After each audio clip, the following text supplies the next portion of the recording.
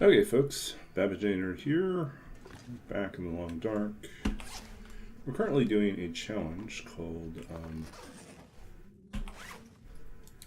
we're calling this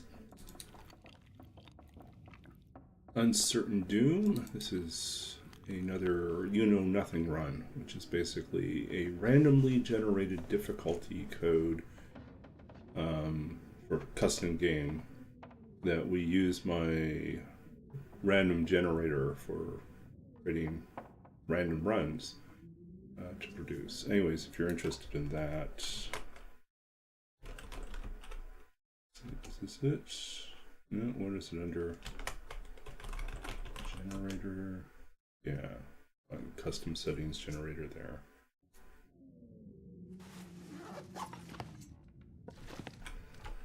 Probably should update the challenge.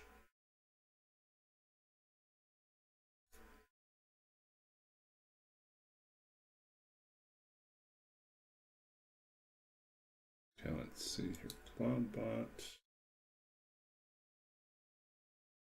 Commands.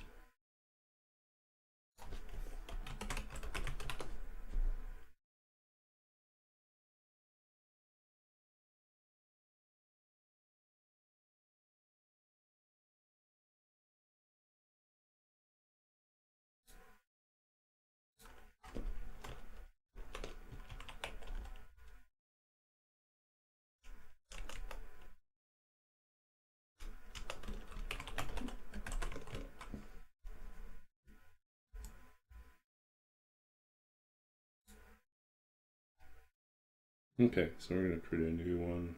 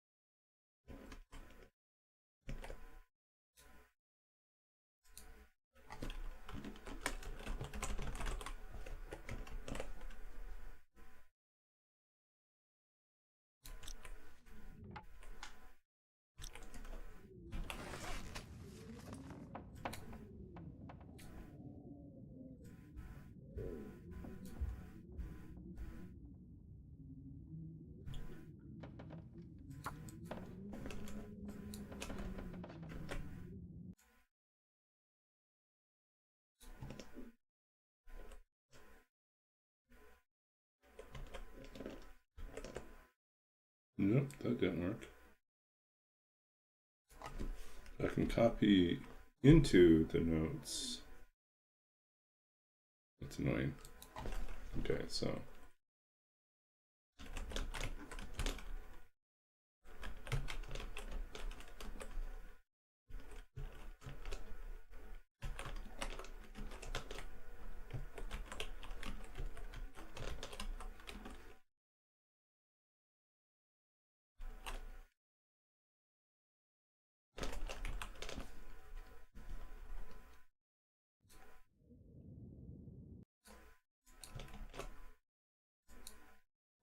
okay, I think that works. Hey, Gino, welcome in. Here we're doing a custom challenge. You know nothing! So we have to survive 50 days on a completely randomized custom setting. That will be at least interloper difficulty, if not greater, using this generator here if you want to check that out. Do something I wrote last year, I think it was. So anyways, we started last stream and we managed to survive. It was nice not doing matchless so we could actually use the matches. Novel idea, right?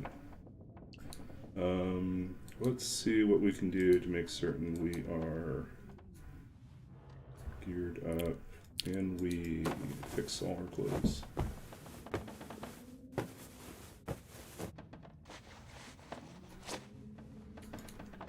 So, how was your days, the last couple days. Yesterday, I had my last meeting with one of my professors to do my final report for a class. I've been doing a collaborative research project in which I am helping. So basically, there's a huge stack of. There's a huge stack of things that basically assignments, written texts that were produced by 4 years of students. He wants someone to go through and annotate them all. And then to prepare, a spreadsheet so that he can begin to sort through which ones he wants to focus on for his paper that he's working on. Anyway, so I did my part, and I wrote some additional code to help him recognize some other patterns that were going on.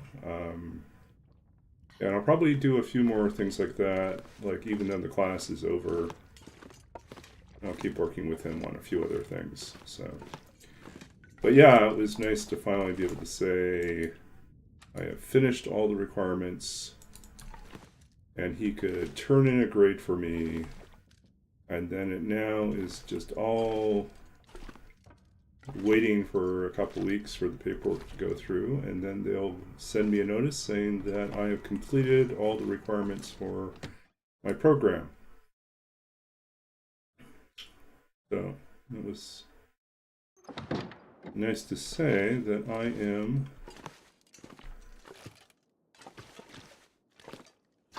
looks like this has been here a while. doing this. We don't have a lantern, do we? We don't.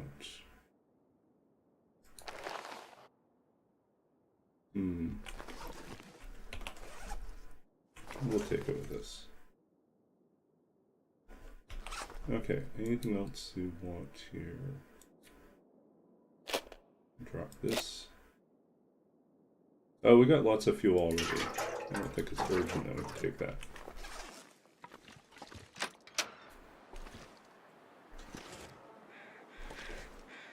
Okay, so I think we're going plane crash next.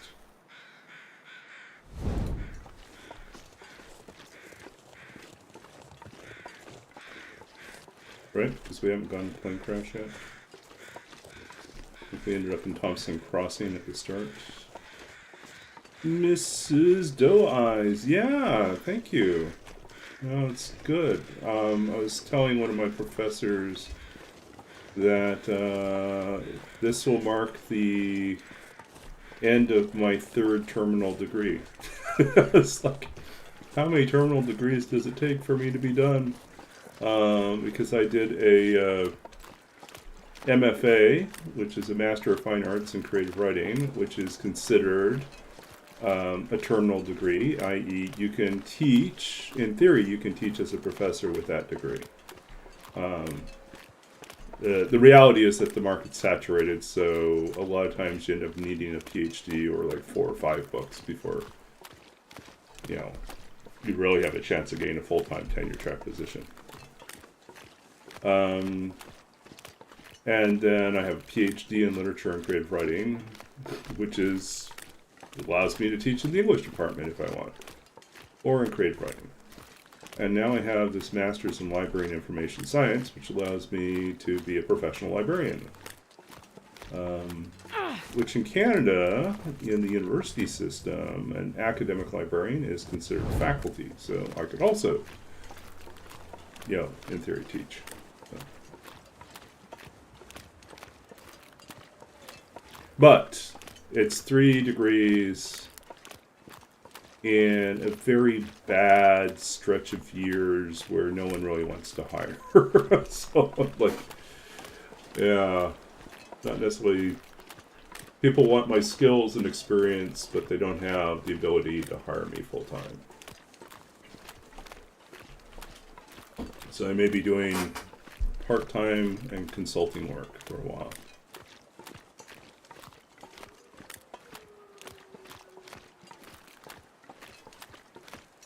Now, before I started this degree, I was doing coaching and consulting work already, so it's not like new, but I was kind of hoping to move to something a little bit more stable. But nonetheless, it is a milestone. In November, we'll have the official graduation ceremony where I cross the stage. My mother's coming out for that.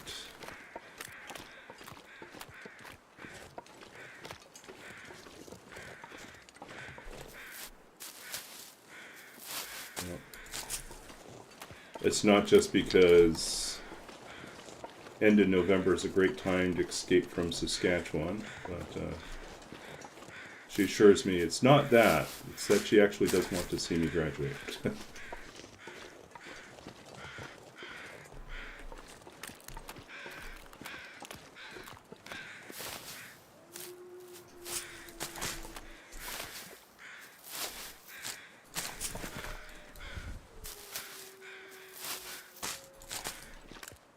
I was like, why are we dropping? It's too early for us to be throwing away tinder like this. I'm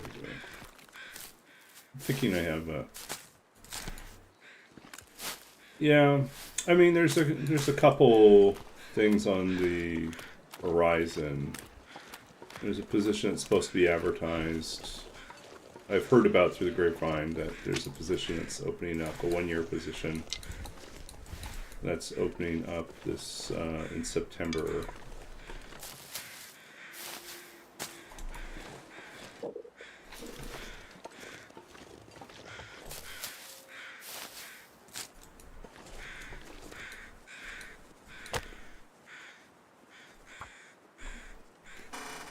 There's a few other things that have been shared with me that are, I mean, they're kind of adjacent to what I do, but one of my goals is to avoid getting into a completely developer role. I am not interested in going back to that life. I did that for many years, and no, we can't even hire. Okay. That's annoying. Well then, we'll just warm up.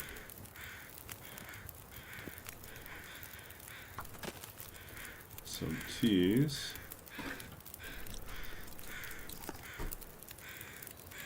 Oh, we can make pancakes too.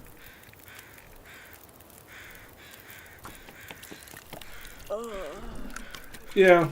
So yeah, a 1 year like maternity leave position is opening up soon, and would be basically overseeing a learning resource center style of thing. So it's like basically a mixture of consultations and connecting people with technology resources and other resources they need.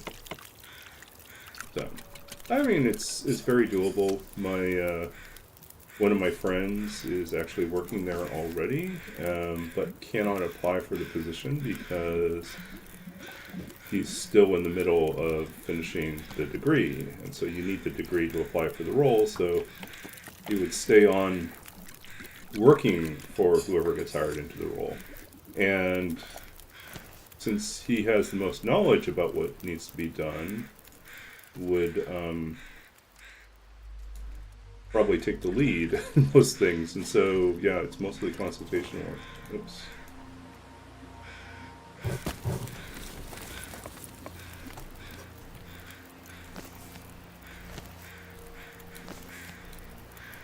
Okay.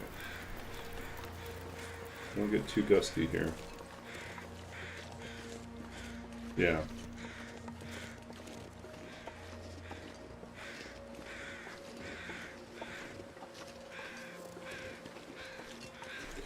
Yeah, if I got that position, the pay would be significantly better than what I'm getting right now. And then it would basically raise the question of, do I stay put and just take that money and use it to aggressively pay down my student loan and otherwise like put the rest of the money towards savings? Or do I look for a larger place? I think since it's a 1-year position, I don't think I should make any big moves. I think I should save my money.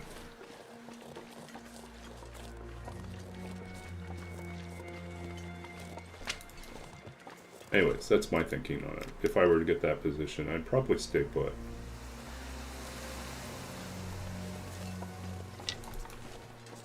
I mean, I have a roommate right now. Now, the thing is, my roommate might want to pick up and leave in the summer. They've talked about that as wanting to be closer to campus because the commute for them, because they have to be in lab like 6 days a week, the commute time is kind of killing them. So I get that. I totally get that.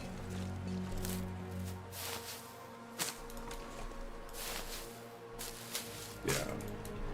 So if I lose my roommate, then I'll have to find a new one, and I'm dreading that because I feel like anytime you find a roommate that you like, replacing them is very hard because you like have gotten used to another human being and living with them, and then suddenly you'll have to be close quarters with someone completely different, and you feel like this pressure not to mess up and choose the wrong person. So.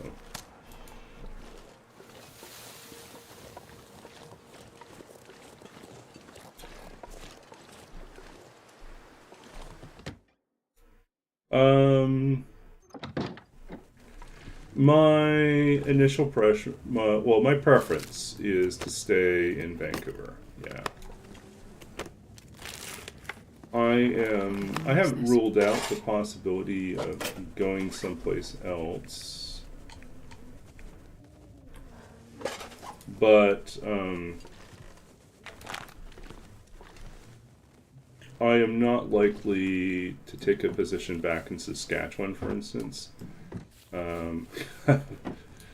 I've lived there on and off several times in my life, and it's long enough to say, like, I don't mind visiting, but long term is very difficult in Saskatchewan. Especially as a single person. You just feel kind of stuck. Yeah.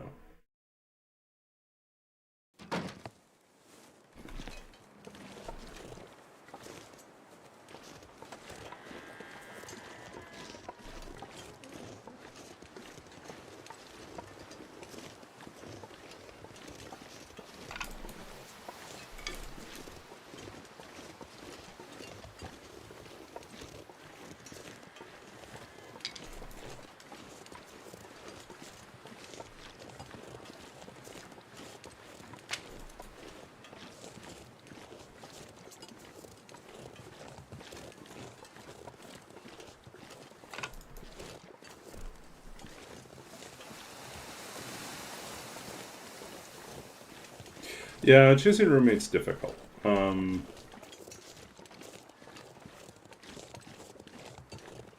I have like a person that another person I'd consider as a roommate, who was my roommate, one of my roommates, my first year of my program, and I was living on campus, which was its own weird experience as an old person living on campus with young people, but hey. Got along pretty well with my roommates, and one of them is doing a PhD, or starting a PhD, just finished a master's, starting a PhD in physics, and this pack is getting kind of heavy. would like to move to a nicer place than what he has. So.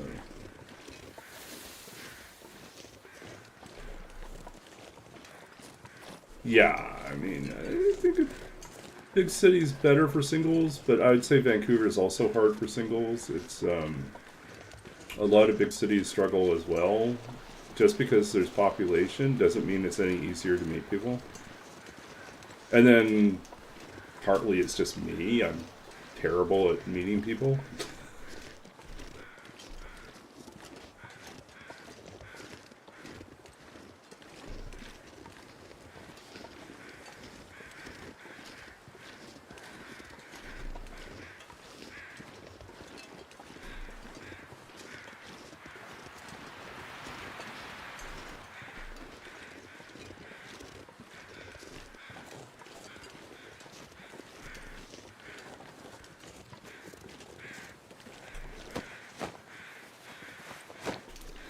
This guy never has anything. What are you doing? You're just hanging out here. You have nothing. You have no feathers around you. You've got absolutely nothing. Waste of space, dude. Waste of space. Yeah. But I think my main attraction, the main reason why I would like to stay in Vancouver is just because I feel like there's a greater variety of cultural events, arts, culture, literary events in the area. I don't always take advantage of everything, but I like knowing that there's a lot going on. And not only that there's a lot going on, that there is a fairly substantial community around that. It's not like if I were back in Saskatchewan, it's true that it's surprisingly culturally invested in the arts and culture, but it is also a very small community that doesn't really attract many people. It's the type of place you end up in, when you retire, or if there's a family emergency and you have to move home. But it's not usually a top choice to go and move to Regina, Saskatchewan.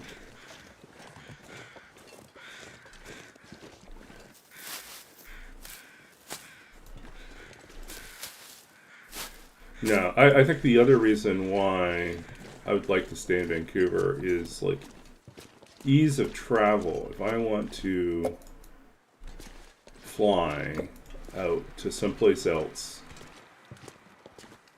I have options. I can take the train down the West Coast. I can fly numerous airlines and get different places internationally. In Saskatchewan, it's you either drive or you fly the one or two airlines that fly into the airport, and that's it. Okay. Might be too late for us to really get anything done up here.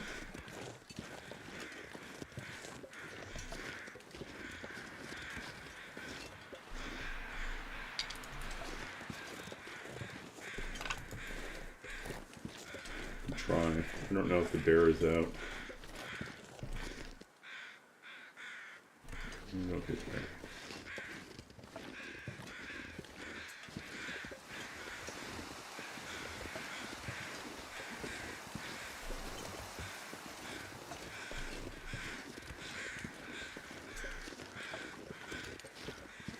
Yeah.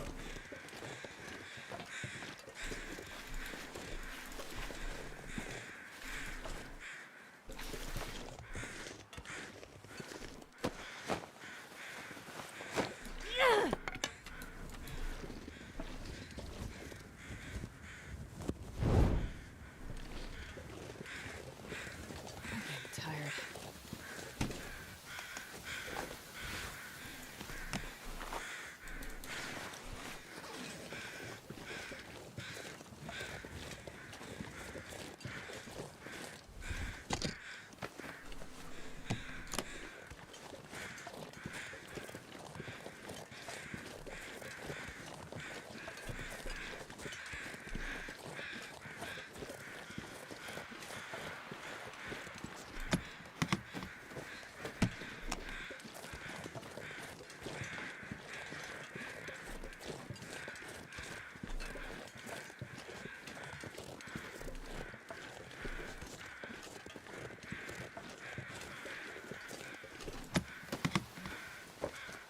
I'll take it.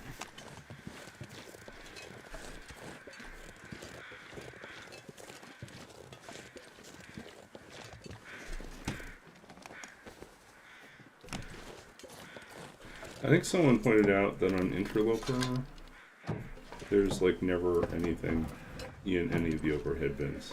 Never. Yeah, we check. We check every single time, hoping there'll be something.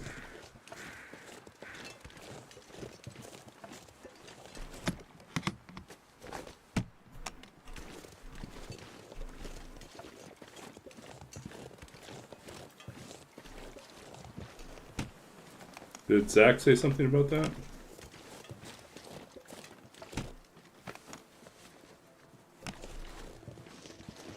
I could eat anything right now. Okay.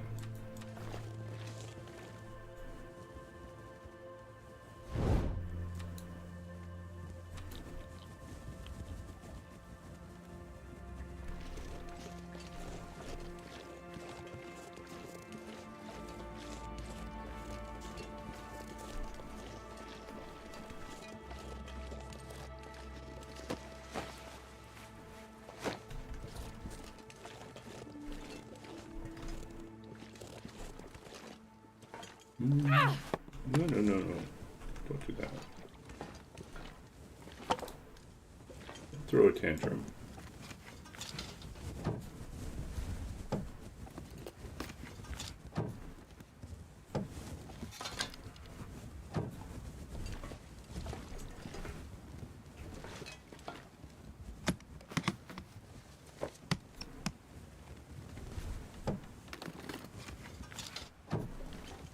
I'm feeling like we got pretty robbed on stuff, right?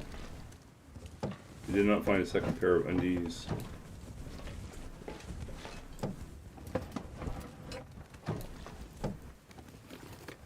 Did not find a coat.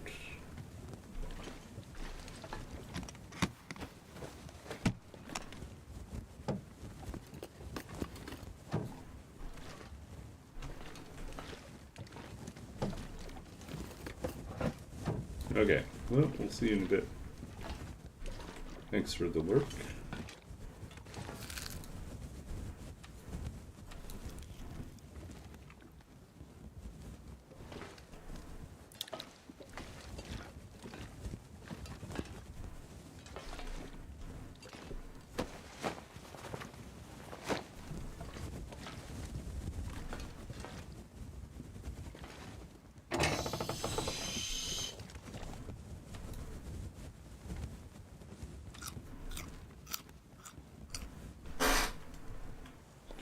So far we know that there are wolves, but we don't know what are the other wildlife spawns like. I don't think we've seen any deer so far.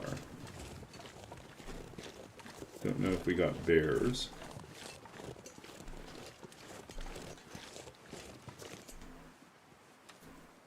We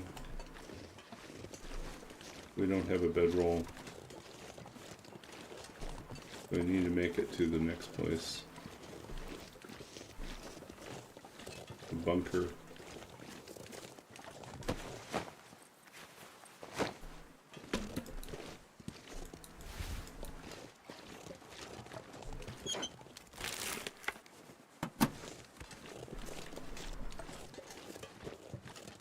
This could be a run where every container is empty, pretty much. That would be really sucky. Could be a very low loot run. Based on our,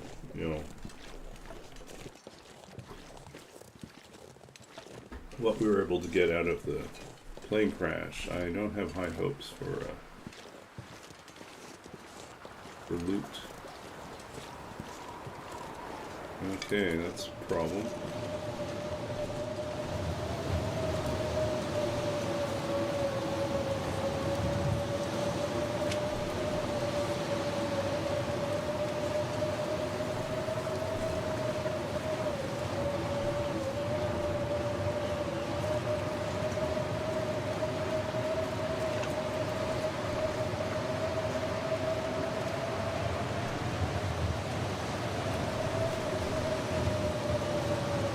Imagine if it's just wolves. That would suck.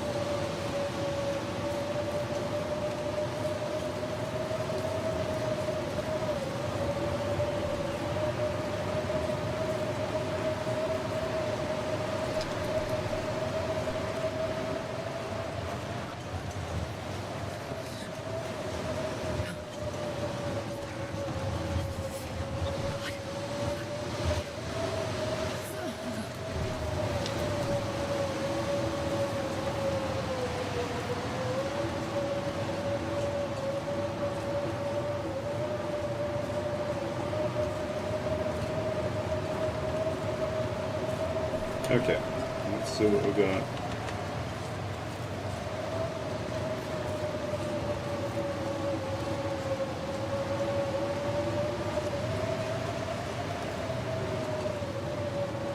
So tired. I could lay down right here.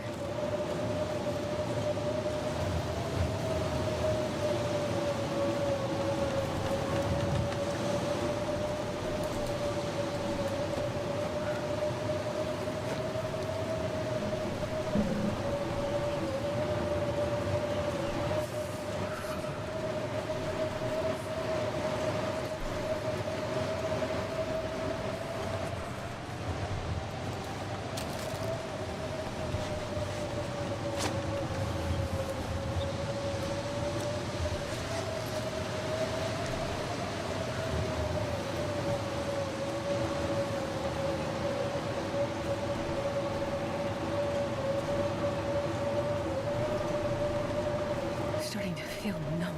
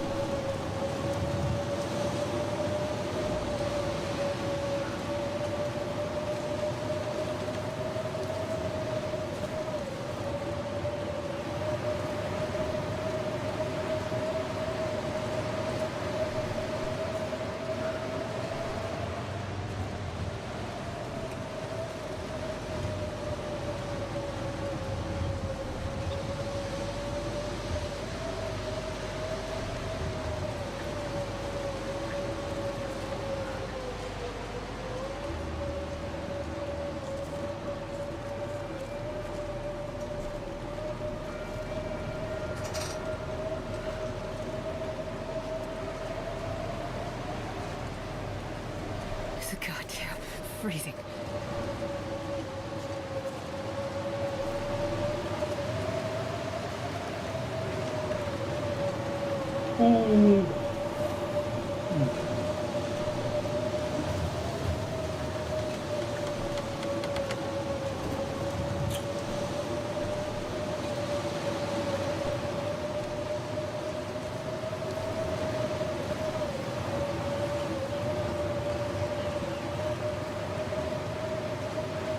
What's over here?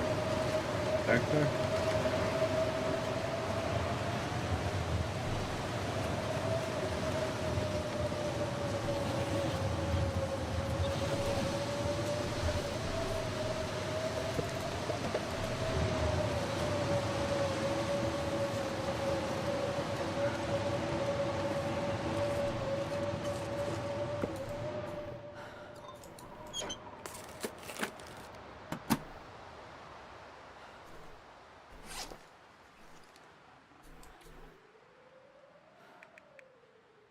Okay, we have enough food.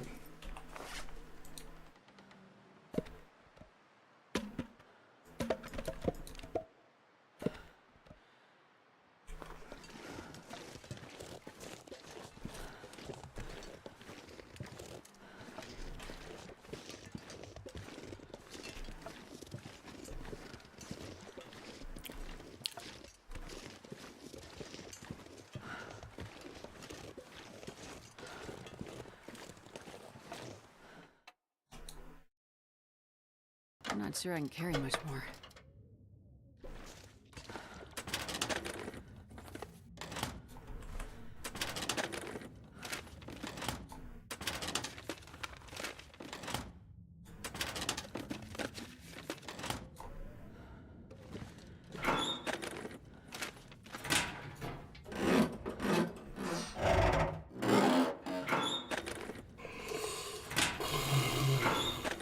Ooh.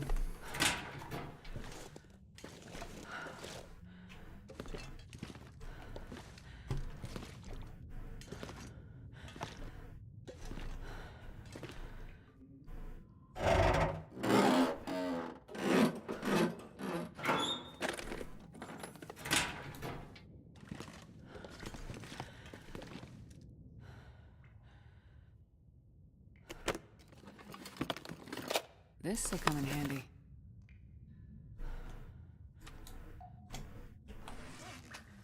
Okay, let's figure out what we can eat.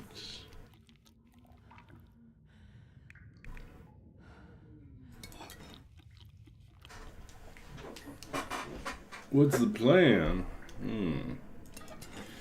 Well, first step is to find ourselves a bedroll. We have matches. That's helpful. But without a bedroll, we are very, very limited.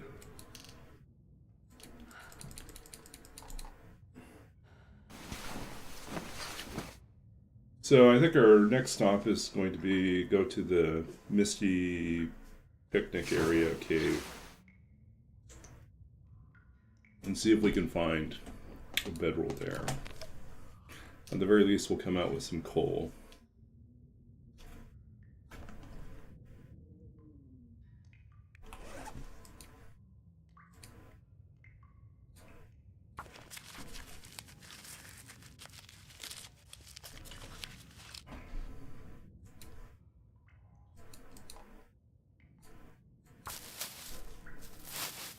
But yeah, usually in the first 50 days, or the first 5 or 6 days, I want to find the bedroll, the hammer, and the hacksaw.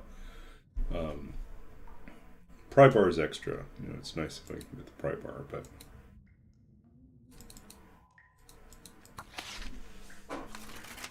because you want to be able to get all your raw ingredients for the bow curing as quickly as possible, so that by the time you forge, you have all the ingredients ready.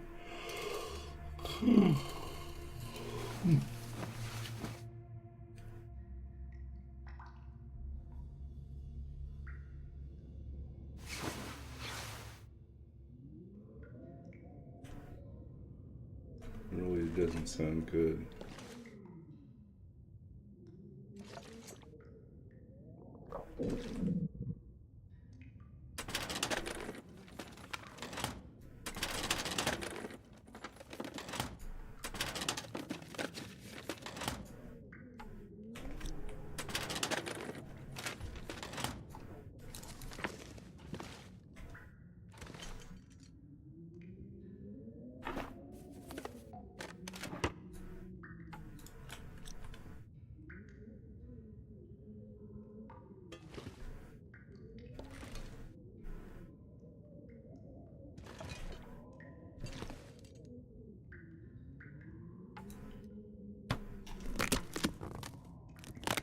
Okay.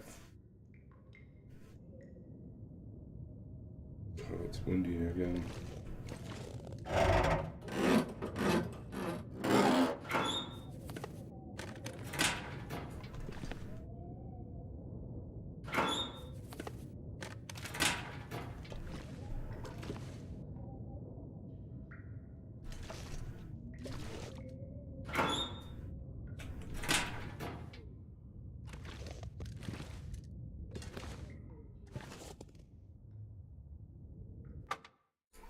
I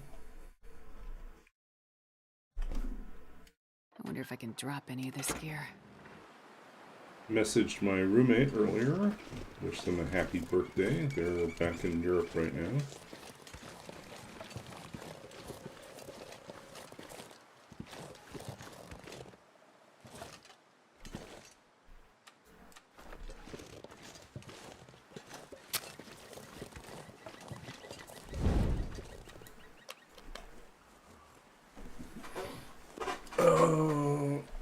And I have started the paperwork to start switching myself over to being a BC person. Because once my student status ends, I need to acquire BC residency.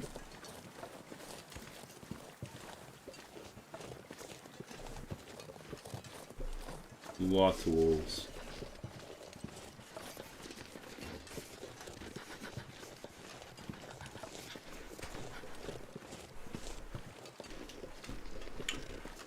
Yeah, I think it should be pretty straightforward, honestly. I'm coming with a driver's license from another province. I was born in BC, and back in 2006, 2007, I lived here, and I think that was the last time that I established BC residency and got a BC license and BC health card. So, or whatever they're calling it now. So I think they should be able to pull up a lot of that information.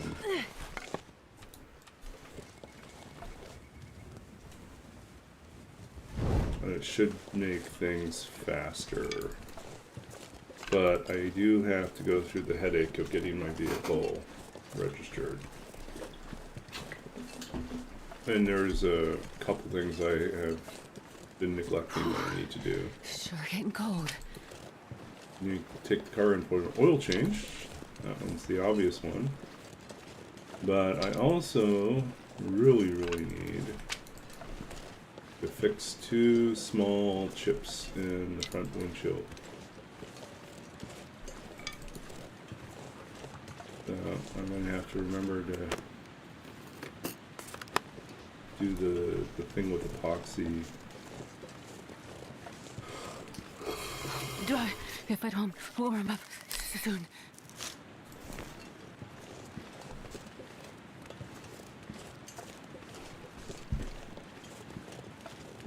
I'm filling the holes.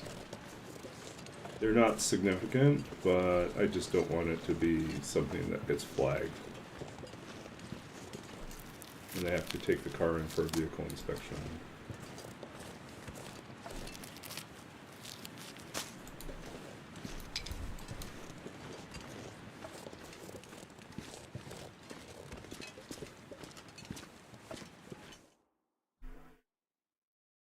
Man, this pack is getting kind of heavy.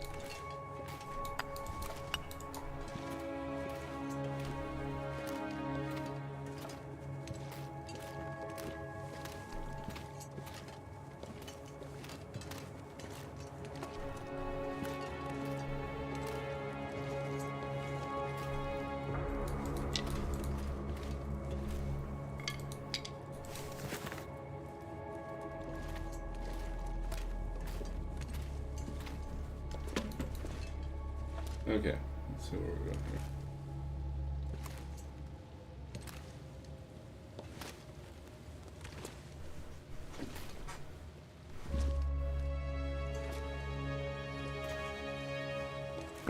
Hope nobody needs this anymore.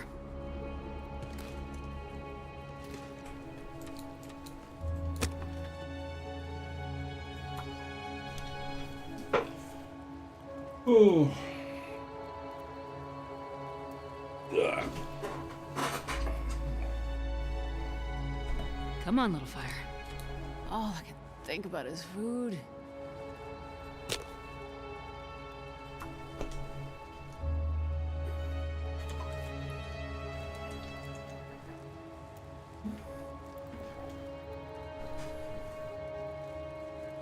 Come on, little fire. Come on.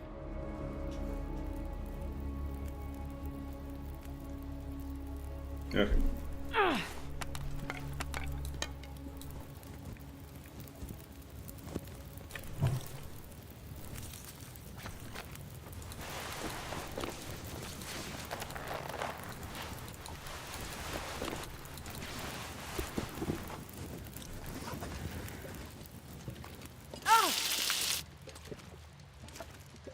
Wait. I'm so cold. Oh, there we go. Warming up a bit. Bedroll. Let's get that. Another flare.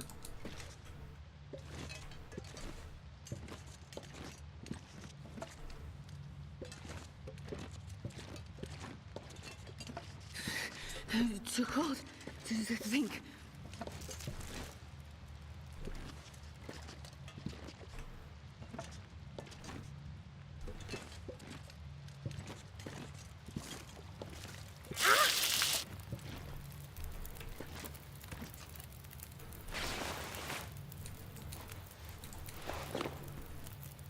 No hammer, no hacksaw yet.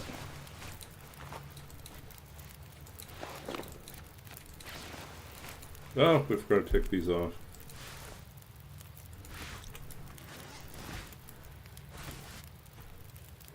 Oh well, we'll sit around. We've got a little bit of time. We need to make some water. Boil water.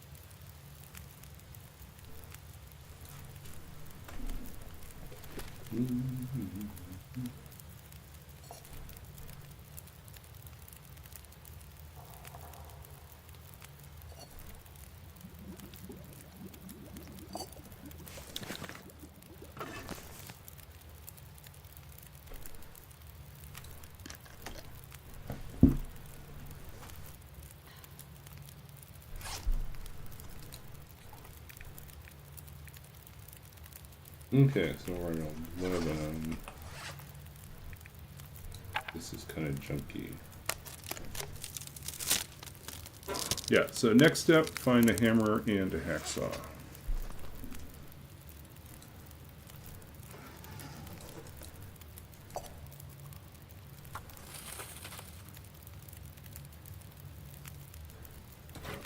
Yeah, but we're doing a custom run, so everything's out the window. I have no idea.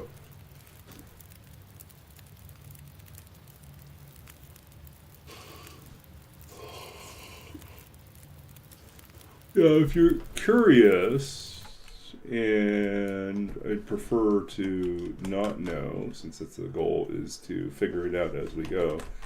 But if you're curious as to what our settings are, you can find the code there at the bottom. And you could try punching that in as a custom code, and then you can see what is in store.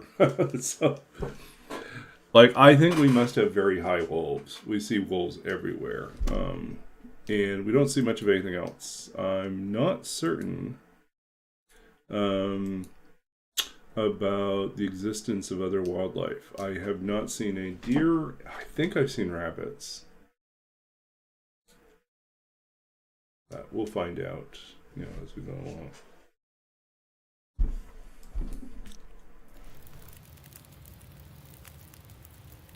Did you take a peek and see how bad it's going to get? It's probably going to get really bad. I forgot to note the score. So, like, here, I'll show you what it looks like here. Let me pull this up again.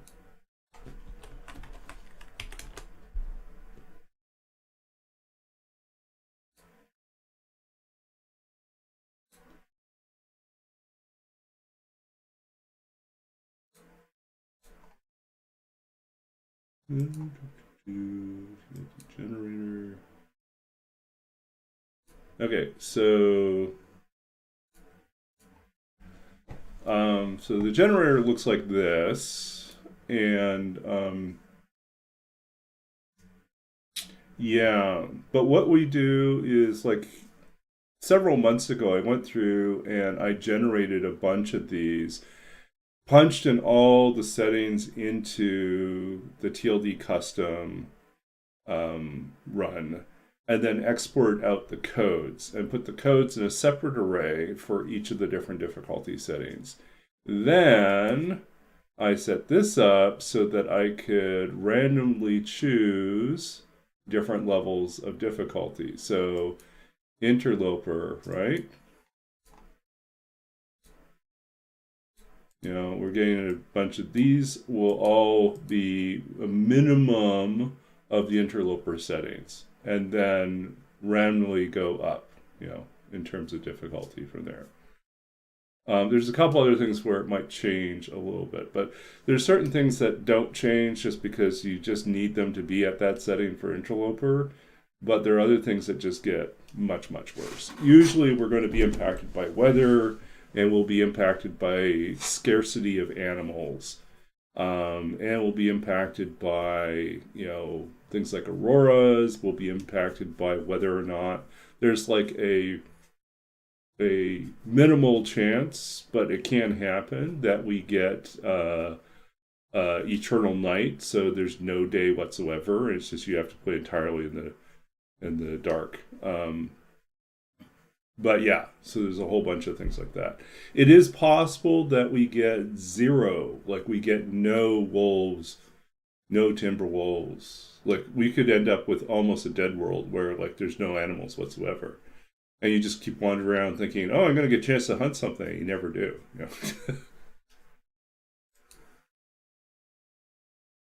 So yeah, so that's kind of how it's set up. I think personally, like if I were starting out on trying to do like a nothing random challenge, I would actually probably choose Stalker, because this will give you something harder than Stalker, but not quite to the level of difficulty of Interloper. And so this is a nice in-between range. But the Interloper is already pretty hard, and so like the sliders available to me to make it more difficult are more limited. But like if you look at the random challenge generator here, it actually gives a score, and it'll tell you like how far. So like if it says medium means like it is.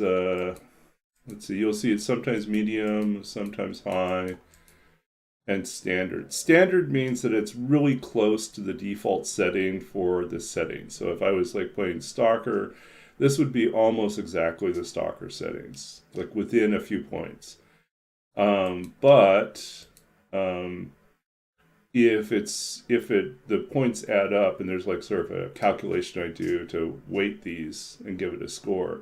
If the points go up past a certain threshold, they become medium. And if they get to a significantly higher point, then it's high. And these highs will be, let's see if we can say what the standard here for Interloper is. Standard's like around 275, 280, and a high will probably get up around 250 something. So that gives you the sense of like it's going to be less than the standard Interloper, but it's still going to be pretty tough. So anyways, that's a little tool I made.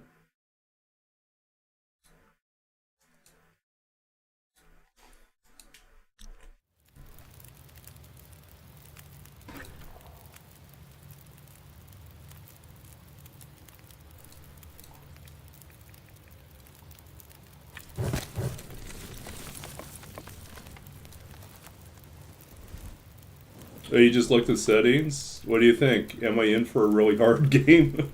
This is going to be a really tough run.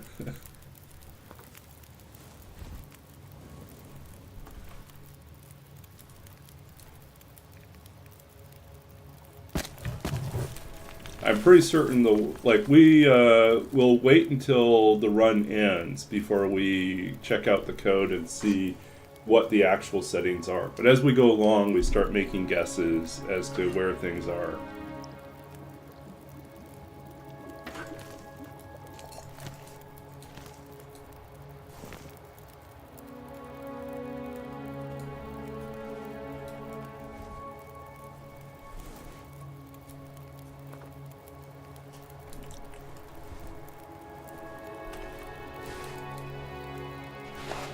Okay, it's going to be wet, but it's okay.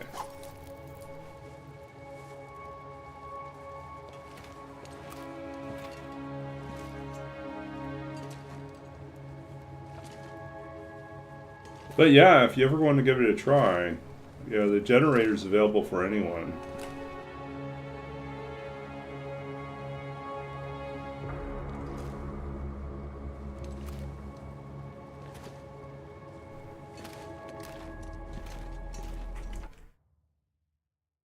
Yeah. It's gonna work until they overhaul the custom settings again. I had to rewrite the whole thing when they changed custom settings last time to add in more settings for like Cougar and stuff like that. And I'll have to do the same thing if they redo how custom runs work. I can barely walk with this much gear.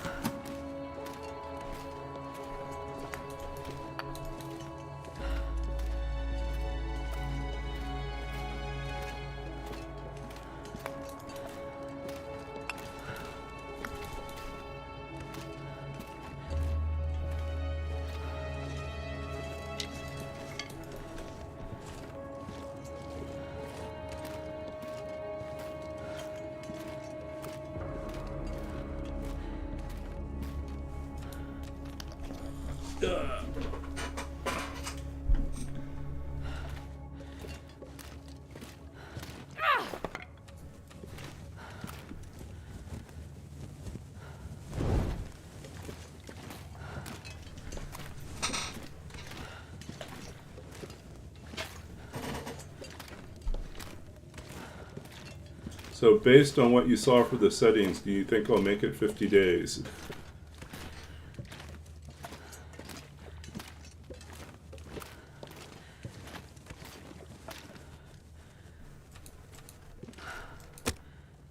Okay. Got lots of these now. That's what I use them.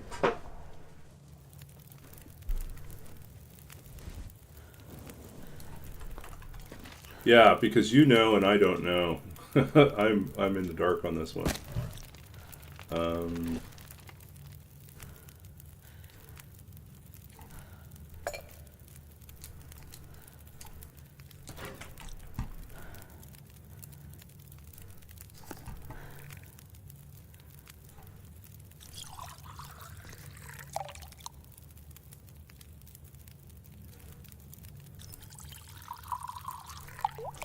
Okay, let's see what else do we have here.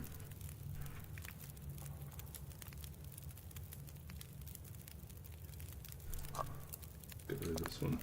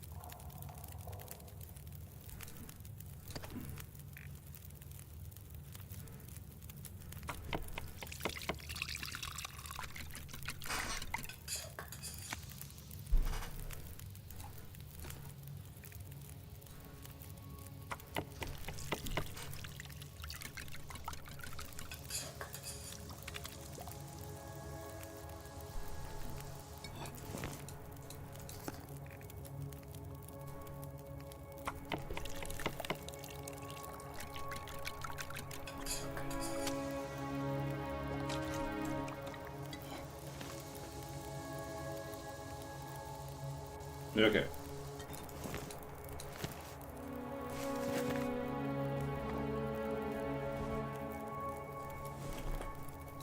This pack is getting too heavy to carry.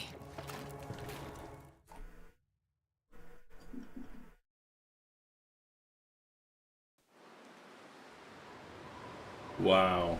Okay, we're staying inside.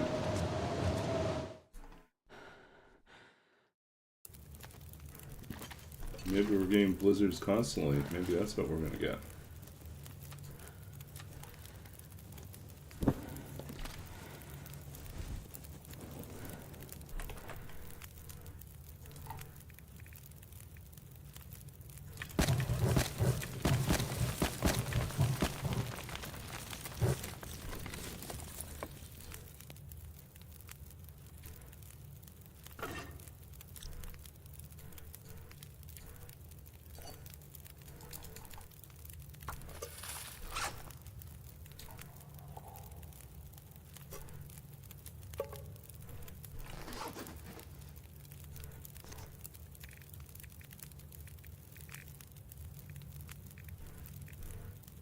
Well, I think we're out of maple syrup.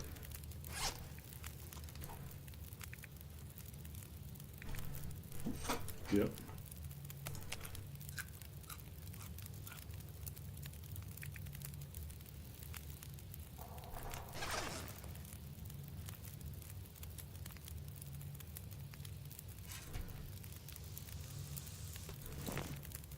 I'm not sure I can carry much more.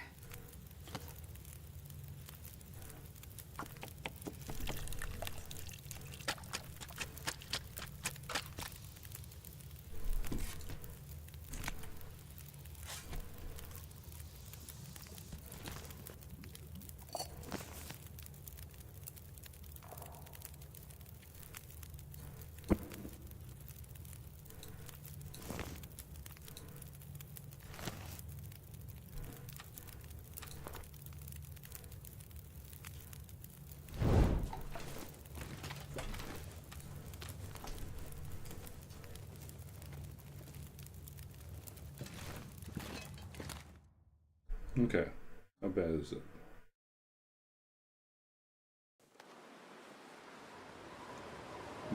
Gusty now.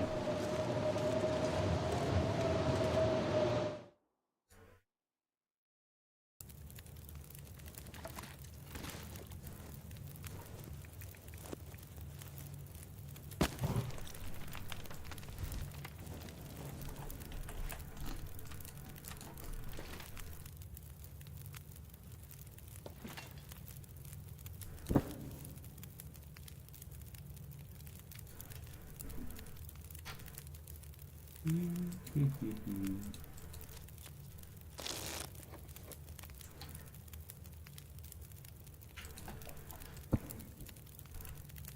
wonder if I can drop any of this gear.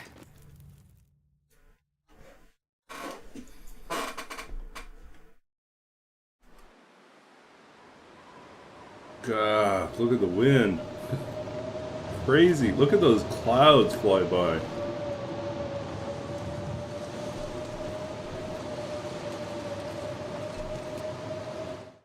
I don't know if we're going to get a break from the wind. Maybe we've got high winds all the time.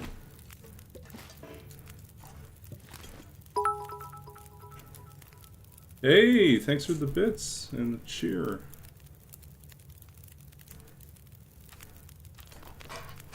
Oh, much appreciated. Oh.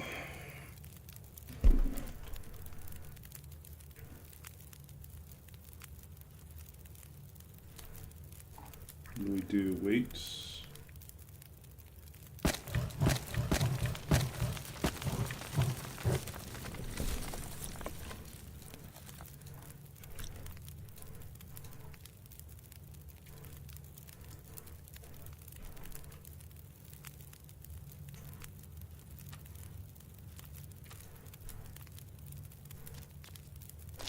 Okay, take care.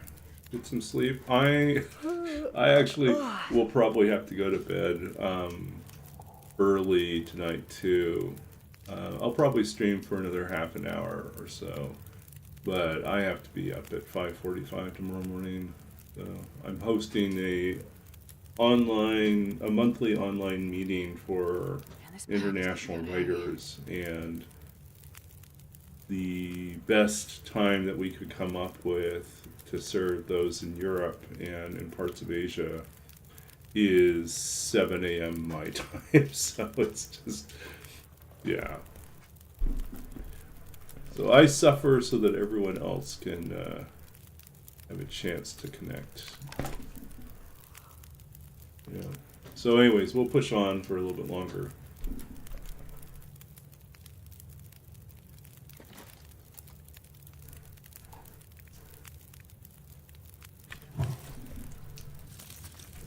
Yeah. I'll be back on Saturday. I guess we're sleeping here then.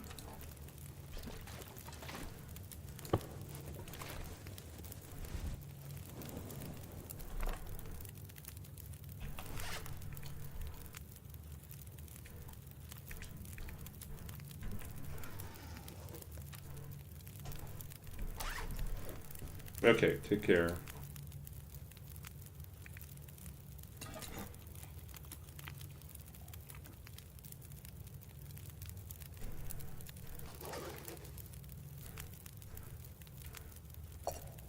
Oh, a sec. We can treat this.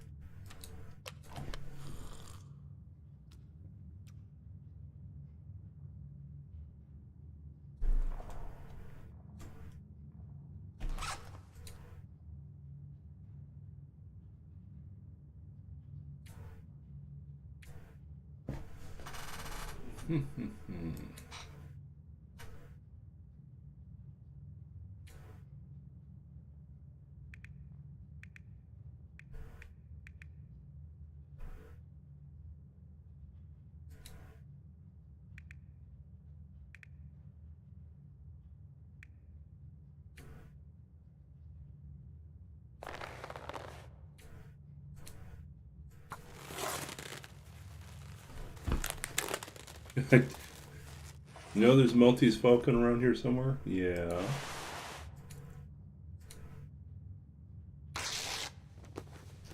Are we getting a long noir coming in soon? Yep. Oh no, we get the dissertate. Okay.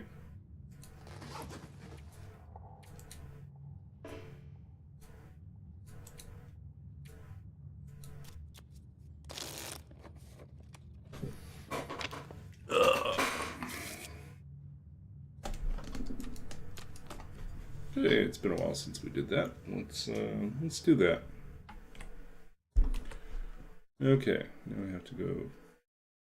Oh, you wanted the long noir. Okay, I was like, the long dissertation. No, let's do the long noir then. As requested.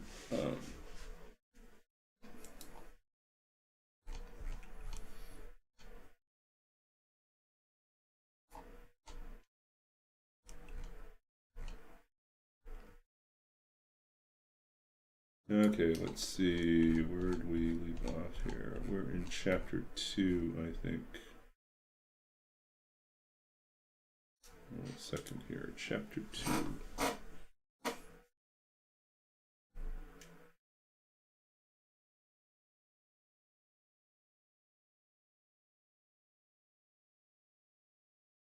Okay.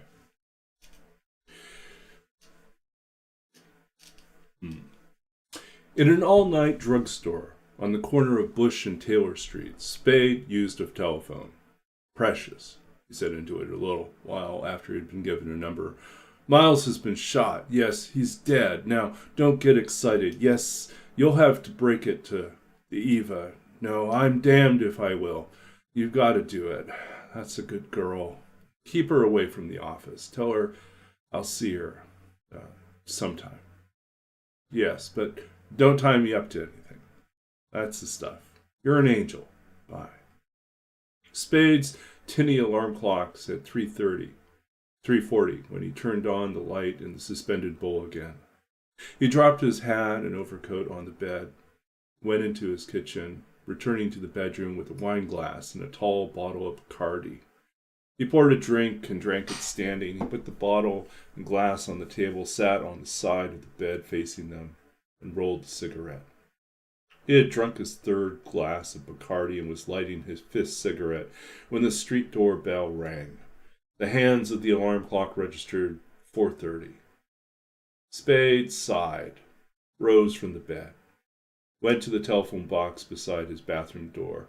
He pressed the button that released the street door lock. He muttered, "Damn her," and stood scowling at the black telephone box, breathing irregularly while a dull flush grew in his cheeks. The grating and rattling of the elevator door opening and closing came from the corridor. Spade sighed again and moved toward the corridor door. Soft, heavy footsteps sounded on the carpeted floor outside, the footsteps of two men. Spade's face brightened. His eyes were no longer harassed. He opened the door quickly. "Hello, Tom," he said to the barrel-bellied, tall detective with whom he had talked in Burrett Street. And "Hello, Lieutenant," to the man beside Tom. "Come in." They nodded together, neither saying anything, and came in.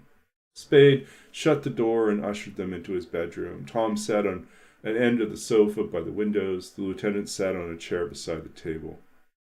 The lieutenant was a compactly built man with a round head under short-cut grizzled hair and a square face behind a short-cut grizzled mustache. A $5 gold piece was pinned to his necktie, and there was a small, elaborate diamond-set secret society emblem on his lapel. Spade brought 2 wine glasses in from the kitchen, filled them and his own with Bacardi, and gave one to each of his visitors, and sat down with his on the side of the bed. His face was placid and uncurious. He raised his glass and said, "Success to crime," and drank it down.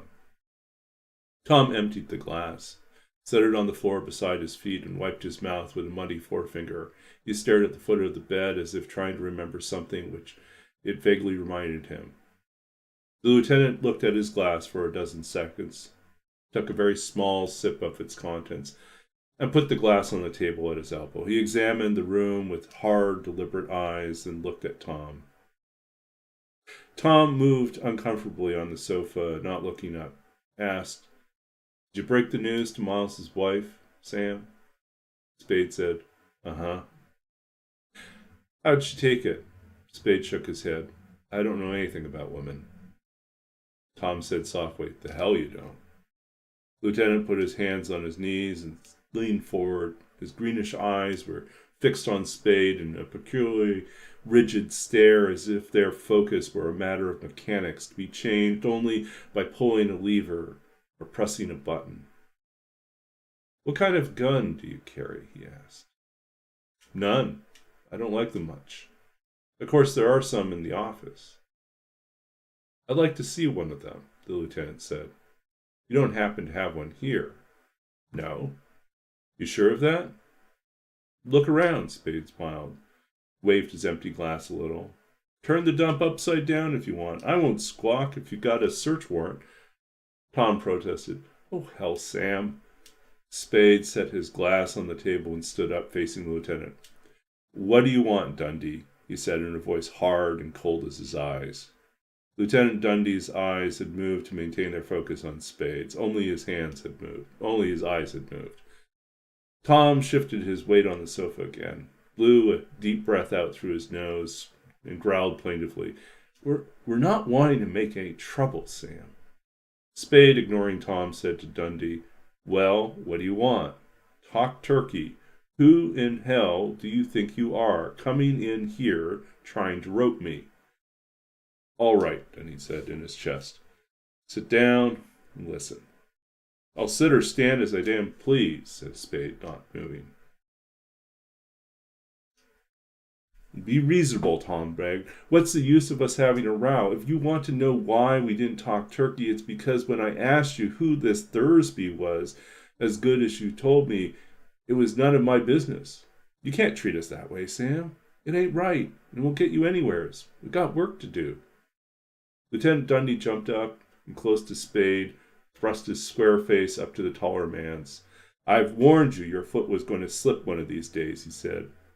Spade made a depreciative mouth, raising his eyebrows. Everybody's foot slips sometime, he replied with derisive mildness. And this is yours. Spade smiled and shook his head. No, I'll do nicely, thank you. He stopped smiling. His upper lip, on the left side, twitched over his eye tooth. His eyes became narrow and sultry. His voice came out deep as lieutenant's. I don't like this. What are you sucking round for? Tell me, or get out, and let me go to bed. Who's Thursby? Dundee demanded. I told Tom what I knew about him. You told Tom damn little. I knew damn little. Why were you tailing him? I wasn't. Miles was, for the small reason we had a client who was paying good United States money to have him tailed. Who's the client? Placidity came back to Spade's face and voice. He said reprovingly, You know I can't tell you that until I've talked it over with the client. You'll tell it to me, or you'll tell it in court, Dundee said hotly. This is a murder, and don't you forget it. Maybe. But here's something for you not to forget, sweetheart. I'll tell it or not as I damn please. It's a long while since I burst out crying because policemen didn't like me. Tom left the sofa and sat down on the foot of the bed. His carelessly shaven, mud-smeared face was tired and lined. Be reasonable, Sam, he pleaded. Give us a chance. How can we turn up anything on Miles's killing if you won't give us what you got? You needn't get a headache over that, Spade told him. I'll bury my dead. Lieutenant Dundee sat down and put his hands on his knees again. His eyes were warm green discs. I thought you would, he said. He smiled with grim content. That's just exactly why we came to see you, isn't it, Tom? Tom groaned, but said nothing articulate. Spade watched Dundee warily. That's just what I said to Tom, the lieutenant went on. I said, Tom, I've got a hunch that Sam Spade's a man to keep the family troubles in the family. That's just what I said to him. The wariness went out of Spade's eyes. He made his eyes dull with boredom. He turned his face around to Tom and asked with great carelessness, What's itching your boyfriend now? Dundee jumped up and tapped Spade's chest with the ends of two bent fingers. Just this, he said, taking pains to make each word distinct, emphasizing them with his tapping finger ends. Thursby was shot down in front of his hotel just 35 minutes after you left Burrett Street. Spade spoke, taking equal pains with his words. Keep your goddamn paws off me. Okay, we'll stop there. Okay. Oh, it was hard to find a good breaking point on that, but unless I wanted to dissect the Maltese Falcon. No. Okay, so we're back.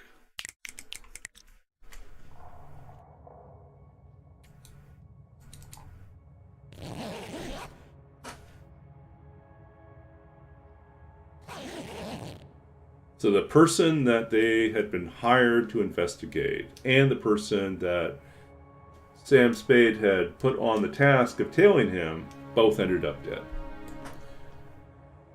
Strange. Mystery. I'm not sure I can carry much more. Okay. It's time to light the music.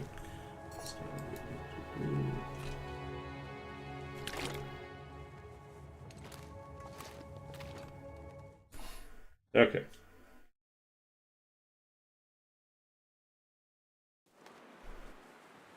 Foggy. So we're on day 5. Got another 25 minutes left on tonight's stream.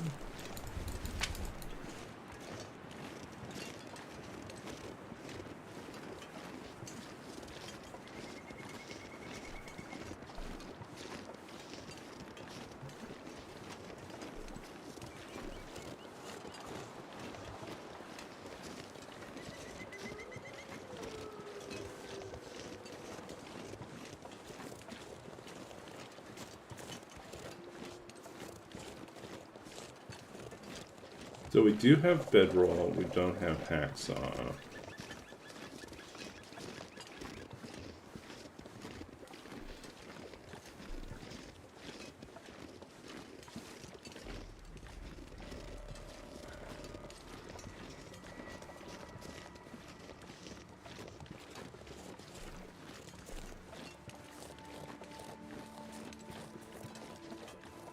Wonder if I can drop any of this gear.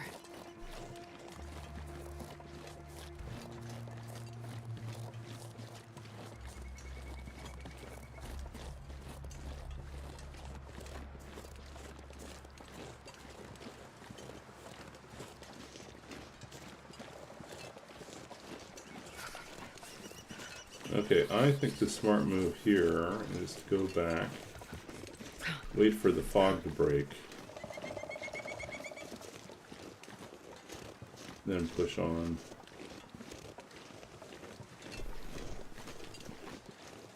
I mean, we could try to make a run for... We have a bedroll now. We could make a run for the summit, or we make a run for the Ash Canyon. Whoa! AV! Big raid. Welcome in, raiders. A little shout out here. Welcome in, AV. Hope you're doing well. How was your stream? Streaming long dark. Can I? What's the charge? Oh, What's the I'm charge? done, thank you. Hey, we're doing another You Know Nothing run, where we use a completely random custom code. And we don't peek at what the settings are. We just have to figure it out as we go. Yeah, so current challenge is this. If you want to sneak peek and see what I'm actually punishing myself with, you're welcome to take that code, punch it into the custom code for a TLD custom run, and you can see what the settings are. But I don't know what the settings are. All I know is that it's harder than Interloper. And I was showing earlier chat, so I'll show it again. Yeah, I'll bring it back up here. So there is a generator that I wrote last year. Woohoo! You're getting close, right? Is it 50 days for pill popping? Yeah, so this is the custom generator that I wrote that will create a challenge that basically begins with the base difficulty of like Stalker or Interloper, and then increases the difficulty, like it raises the sliders randomly on these. And then having done this several times, I've built up a bank. Like I've taken all the settings, punched them into the custom run, export out the codes. I now have a bank of codes that I can then randomly select from. And so we choose like something that's harder than Interloper, and we grab the code, and then we use that in the custom run. And then we quickly like accept it, we confirm it without looking at the settings. So if you want to peek at it, you can look at the settings. I just don't know what the settings are. Yeah, I finished Matchless. I got 50 days on Matchless. It was great. We summited. We did Ash Canyon, Gold Mine, and then we went to the summit and climbed all the way up to the top, and we found a flare gun with some shells, and we descended, went back to Mountaineers, went down to Pleasant Valley to Preppers, like the Preppers cache bunker, where we're at right now, really. And then we celebrate our 50 days by firing the flare gun up into the sky and say, hoo-hoo, fireworks, and then we were done. So, yeah, this challenge is, I kind of like these challenges as kind of filler while I try to decide what my next challenge is going to be. So, it's a mystery. I don't know really what to expect. but I do think that this is going to be a lot of bowls from what I've seen so far.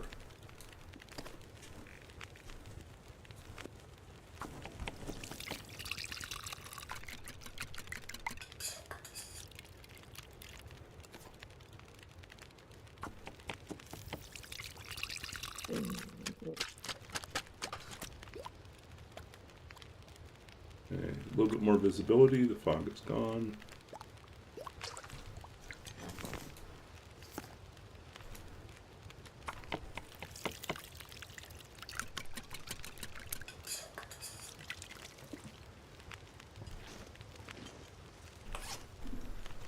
Okay. What don't we need? We don't need most of this.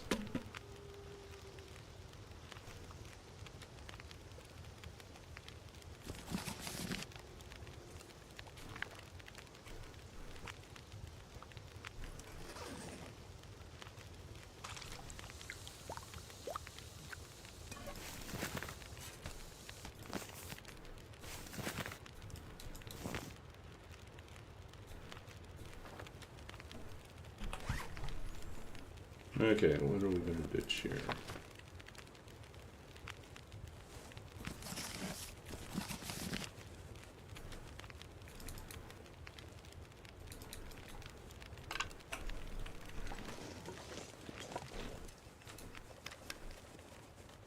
Okay, let's go. So, yeah, we are still kind of lightly attired.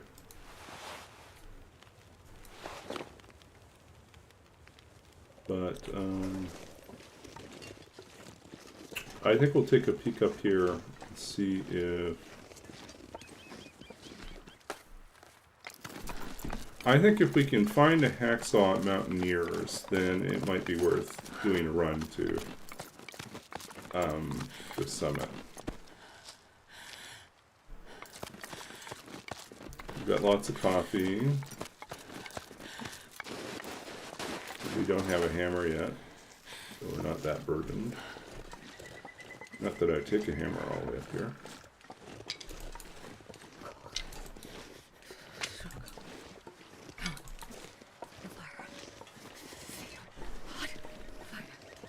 So yeah, we'll probably go for another 15-20 minutes. Then, yeah, if you're new to this channel, let's throw in some other information.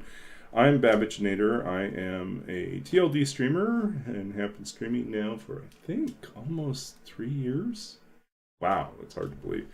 I'm also a writer. I'm the author of 2 books of poetry. I'm also a translator of contemporary Chinese poetry, a former computer games programmer, creative writing coach, and I just finished, as of this week, I completed my last report for my last class to complete my 2 years in the Masters of Library and Information Science. And so I have completed my coursework and program requirements to become a professional academic librarian or public librarian.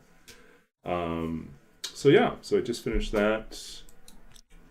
I wish that came with the job.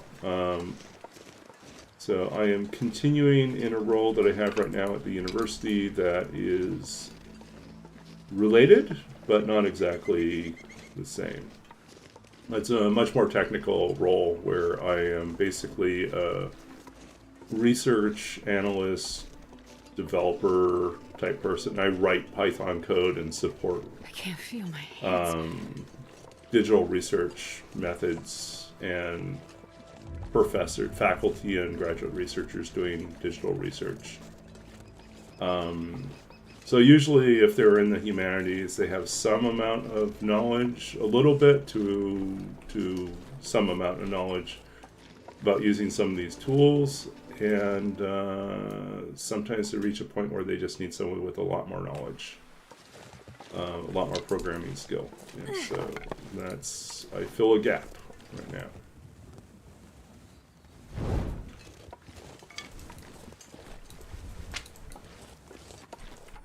Yeah, let's tell you what we have as our redeems. I think these are still up to date. Well, let's see. Well, okay, there's more than that. I thought we had more things. I should probably update that. Anyways, you can use your redeems to get me to make strange animal noises. I do that on demand. Or some of them are pre-recorded now, and so you could just redeem points and listen to me sound like an angry or confused cat.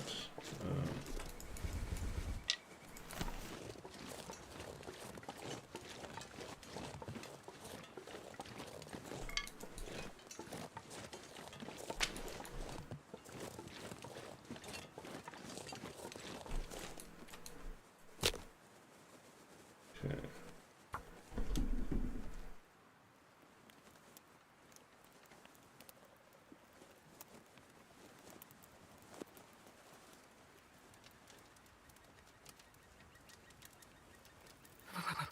I've never felt so cold. Mom.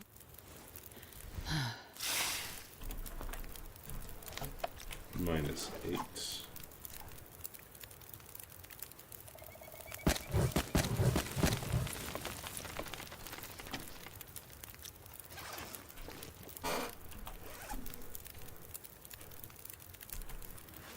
I should probably make some teas.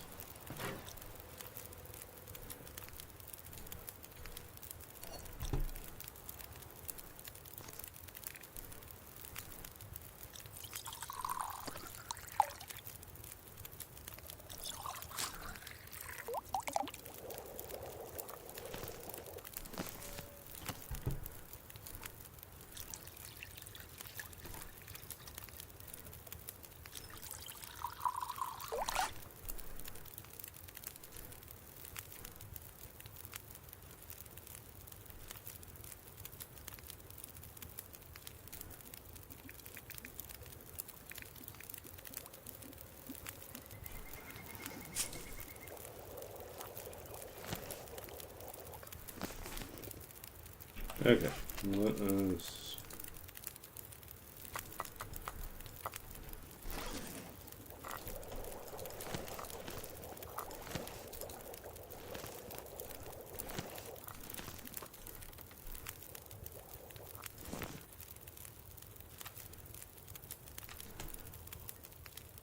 Okay. Do-do-do.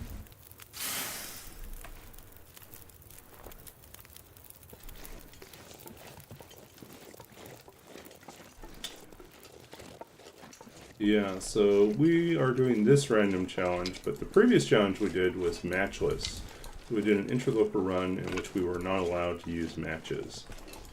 So we had to survive for 50 days just using flares, maglens, and fire striker to start fires.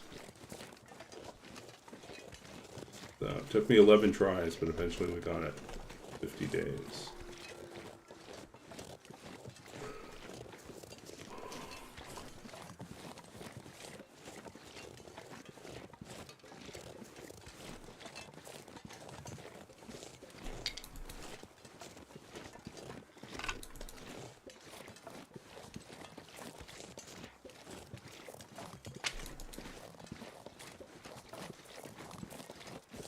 Okay.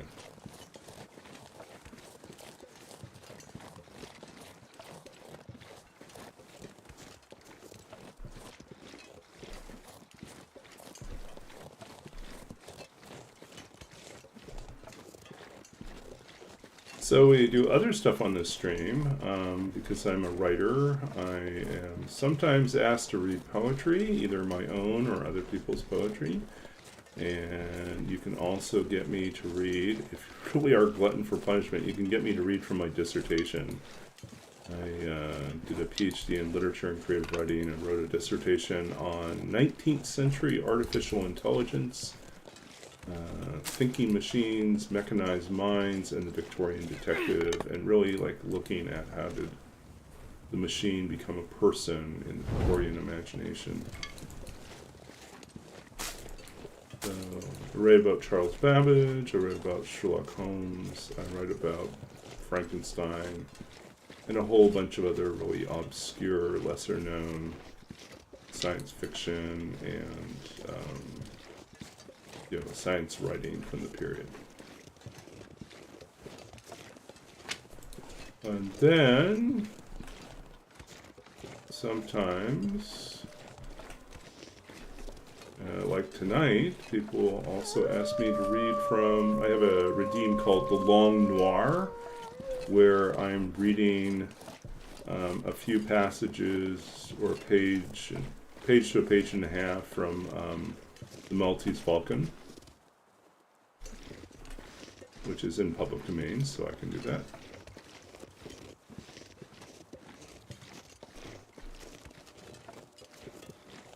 And I think next I will add another redeem where you can get me to read from Jack London's Call of the Wild, which is all about, a lot of his novels are about dogs that become wild and have to survive in the Canadian or American North, like Alaska or Yukon or wherever it is. Whether or not they turn into wolves. Or act like wolves. Give up their civilized ways. So yeah, so I think that I might add that into the rotation as something else to read from.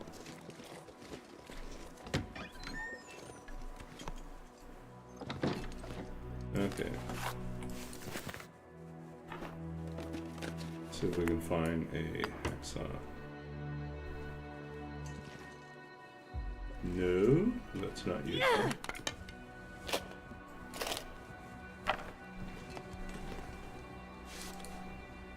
We do get a coat. That is useful.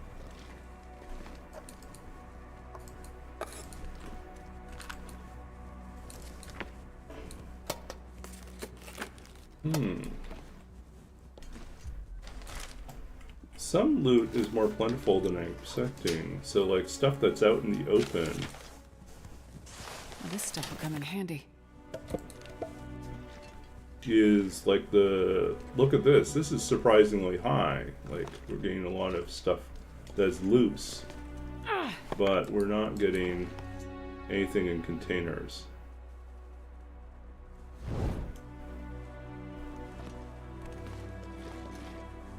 Okay.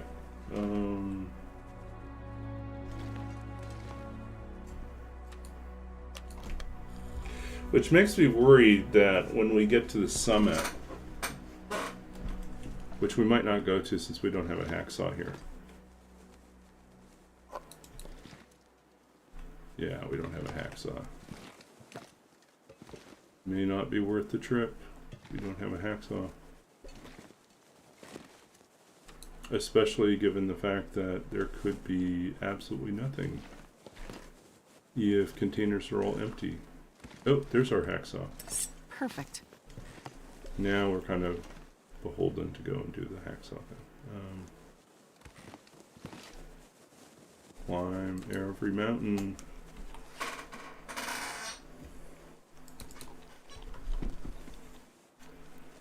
Okay, so like I said, I am not going to be up for much longer because I have to be up super early tomorrow morning, earlier than normal. Because I have a super early morning Zoom call I have to participate in. So what we will do here is, how are we going to make our save? I think we are going to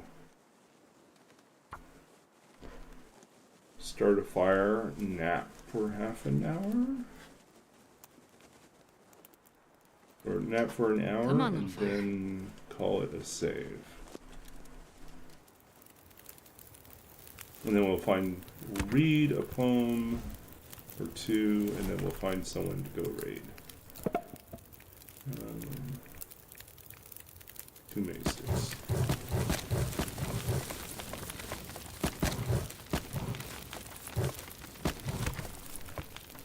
I think we'll...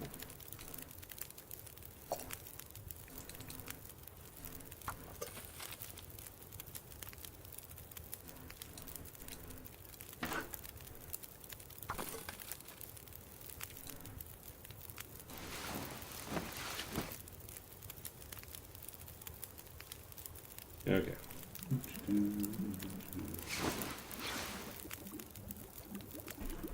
5 days. We made it 5 days. Okay, so shorter stream tonight then. We only made it to 2 days. So 5 days total. We've not killed anything so far. Yeah. So let's wrap this up here.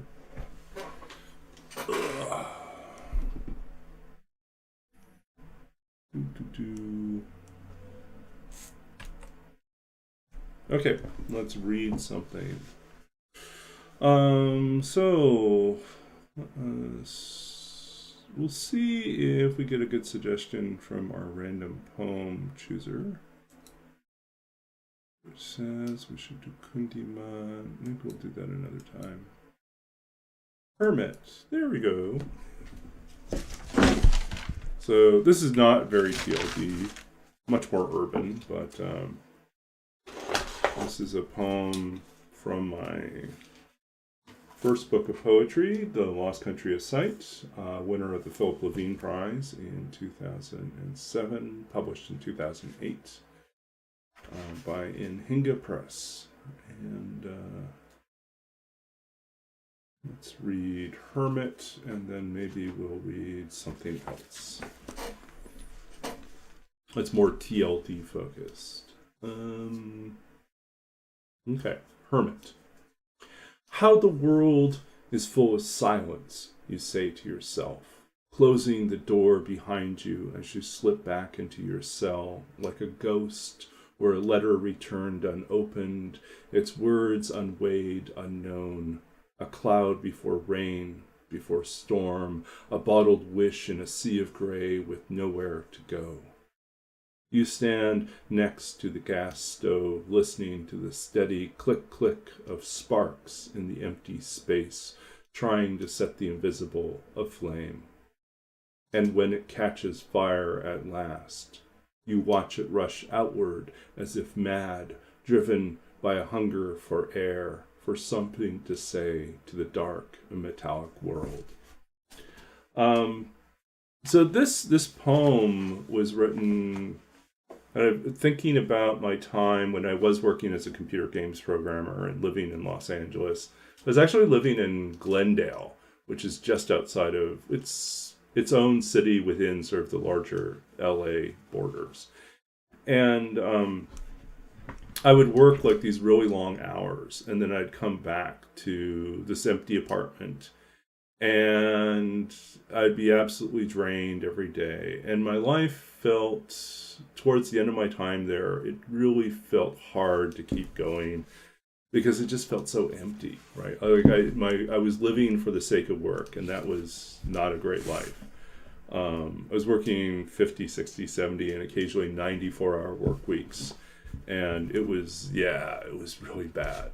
So I was feeling very much like the character in the poem, right? It's the speaker in the poem is like you come home and you feel like you have all these words, these aspirations, these dreams, these emotions that you wanted to send out into the world, wanted to say something. And you keep returning to the empty place at the end of the day. And then that image of like turning a gas stove on and having it click, and you just wait. You know there's going to be a spark that sets everything aflame. But there's this impatience for that moment when something actually happens. So for a long time, I thought of this as kind of a throwaway poem. I thought, oh, it's just a woe is me type lonely poet poem. And I read it one time at a poetry event, and someone came up afterwards and said, I really love that poem. It's a great ars poetica. And so ars poetica is a term referring to like a poem that describes what you think of poetry. It's like your understanding of what is the art of poetry. And then I went back and reread the poem, and I thought, they're right. They're right. It is really about like how do I see like this act of poetry as like something that you say that you hope is going to spark, like this explosion, this flame, this light that comes into the world. And then there's this eagerness to do something, to say something, even though the world around you sometimes feels kind of empty and silent. There is this thing that you want to say. And then even the beginning of it, like, like a ghost or a letter returned unopened, it's like all these things within the poem that are just waiting to be read. So anyways, that's kind of backstory for Hermit. Well, let's give you maybe another poem that feels a little bit more TLD-like. This is from the same book, Losing the Hawk. My father says nothing for miles, watching an invisible speck in the sky, a single hawk circling far above our car's silent passage through fields of dust and grain. No prey to be seen, and no prayer but the wind pushing one way then another through the cracked windows of the old car. The world outside as empty as a beggar's palm. At dusk, we rest at the side of the road in the middle of nowhere and stare up at the sky, now filling with stars and wanderers, ignorant of the names and lines which connect them, caught in the slow sway of the northern lights. Beyond our view, geese call from a cage of willows set at the water's edge, and the old river moves, unseen, through the tall heads of grain. We lose the hawk in the darkness, hear only its wings overhead, their wordless lullaby ascending into night. Okay. So yeah, so that's very much a memory of like part of my childhood in Saskatchewan. In Saskatchewan, Canada, it doesn't take very long to like leave one of the cities, and you're quickly in this vast open farmland like that stretches on like as far as you can see. Much the southern part of the province is notoriously flat. It's so flat. The old joke is it's so flat you can watch your dog run away for 3 days. It's like, but it is really flat that you can driving, you can see your destination usually half an hour to 45 minutes before you get there. And like when you look out over the land, it on a really, really good day, you can see like almost the curvature of the earth. It's so clear. There's no air pollution. There's no light pollution. It's absolutely pristine. And, it's just incredible to see things like at such a distance. And so, yeah, everything feels like wide open and vast. And you feel tiny.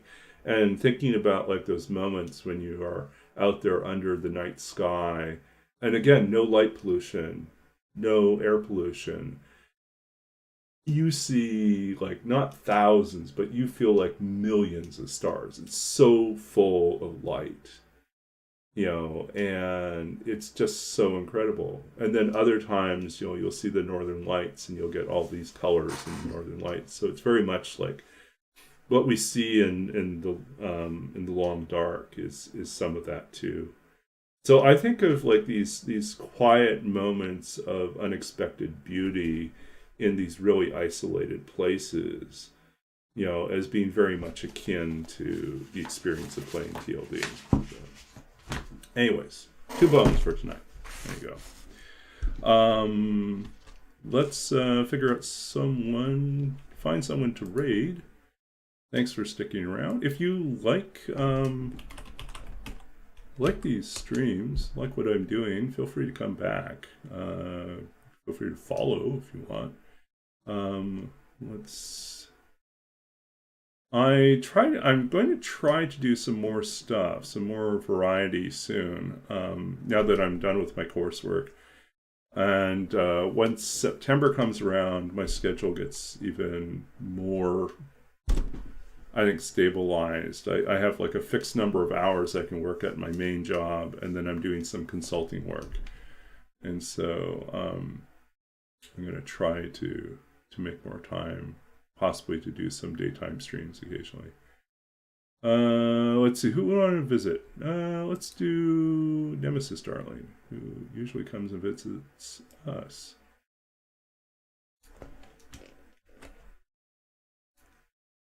Okay, so let's get this raid on. So we're going to visit Nemesis Darling, another great TLD streamer. Lots of fun.